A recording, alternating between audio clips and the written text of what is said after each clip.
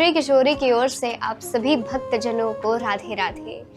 हम सभी कृष्ण भक्त बड़े ही उत्साहित और आनंदित हो जाते हैं जब हमारे प्यारे भगवान श्री कृष्ण का जन्मोत्सव आता है, और उत्साहित होना बड़ा स्वाभाविक भी है और होना भी चाहिए, क्योंकि हम सबके प्यारे, हम सबके दुलारे योगेश्वर सच्चिदानंद भगवान श्री कृष्ण का प्राकट्य उत्सव जो होता है।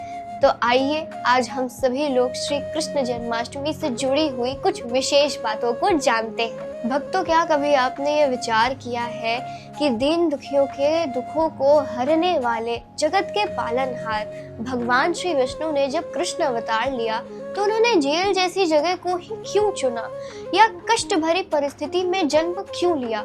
वे अगर चाहते तो किसी बेहद खूबसूरत जगह पर या किसी महल में भी अवतार ले सकते थे। क्या कभी आपने ये विचार किया है? यदि किया है तो बहुत अच्छी बात है, लेकिन नहीं किया है तो आइए मैं आपको बताती हूँ। भक्तों, सबसे पहले तो आप इस बात को हमेशा ध्यान रखिए कि ईश्वर के द्वारा किया गया कोई भी कर्म नहीं होता, बल्कि एक लीला होती है, और वो लीला केवल हम भक्त जनों को कोई संदेश या ज्ञान के रूप में मिलती है, और उनका ये संदेश, ये ज्ञान केवल वही भक्त जन समझ सकते हैं जिन पर स्वयं योगेश्वर भगवान श्री कृष्ण की विशेष कृपा होती है। मित्रों, कुछ पल के लिए आप अपने आप को माँ देवकी और वासुदेव जी के स्थान पर रखकर देखिए। उनका ध्यान करिए कि कैसे उस क्रूर कंस ने उन्हें बेड़ियों में बांध कर रखा हुआ था। वैसे ही संसार के हम कैदी हैं और हमें हमारे ही काम, क्रोध, लोभ, मोह, माया ने जकड़ के रखा हुआ है। लेकिन पूर्व किए गए कुछ कर्मों के कारण, कुछ अच्छे कर्मों के कारण हमारे अंदर से भक्ति का, भगवान श्री कृष्ण का जन्म होता है। जैसे माँ देवकी ने अपने गर्भ से भगवान श्री कृष्ण को जन्म दिया था। मित्रों, भगवान श्री कृष्ण हमें सिखाते हैं कि परिस्थितियां कितनी ही विपरीत क्यों ना हो, परेशानियों से बाहर निकलने का मार्ग भले ही क्यों ना मिल रहा हो, लेकिन भक्ति को कभी भी मत त्यागिएगा। फिर देखिएगा कैसे चमत्कार होते हैं। सारे द्वार अपने आप ही खुल जाएंगे, जैसे कारागार के खुल गए थे।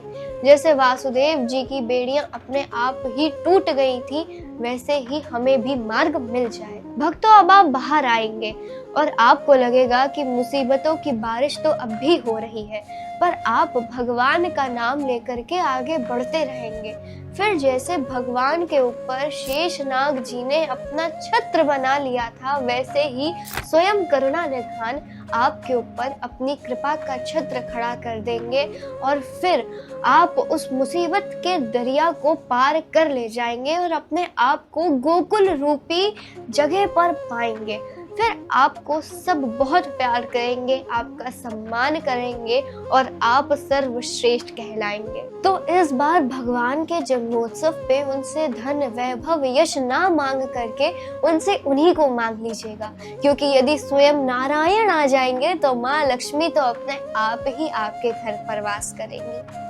तो इस जन्माष्टमी भगवान का नाम जप करें, उनके नाम का व्रत करें, अपने परिवारजनों के साथ उनकी सेवा करें, उनको पंचामृत से स्नान करवाएं, सुंदर पोशाक पहनाएं, चंदन सेवा, इत्र सेवा करें, अपने परिजनों के साथ उनकी आरती करें, भजन करें, और फिर सुंदर पकवानों के साथ अपने अंदर के काम, क्रोध, लोभ, मोह, अहंकार को भी अर्पित कर दें। और भक्तों, एक विशेष बात, श्री किशोरी परिवार में जुड़ करके प्रतिदिन होने वाली जरूरतमंदों की भोजन सेवा में अपना योगदान अवश्य दें, और इस छोटी सी बात को सदैव स्मरण रखें कि जो अपने लिए जीता है वो दुर्योधन कहलाता है, जो अपने साथ अपने परिवार के लिए जीता है वो युधिष्ठिर कहलाता है, लेकिन जो सबका ध्यान रखते हैं, जो सबका ख्याल करते हैं, वो स्वयं श्री कृष्ण कहलाते हैं। और क्योंकि हम श्री कृष्ण भक्त हैं, तो हम सबका फर्ज बनता है कि हम उन्हीं के ही पद चिन्हों पर चले,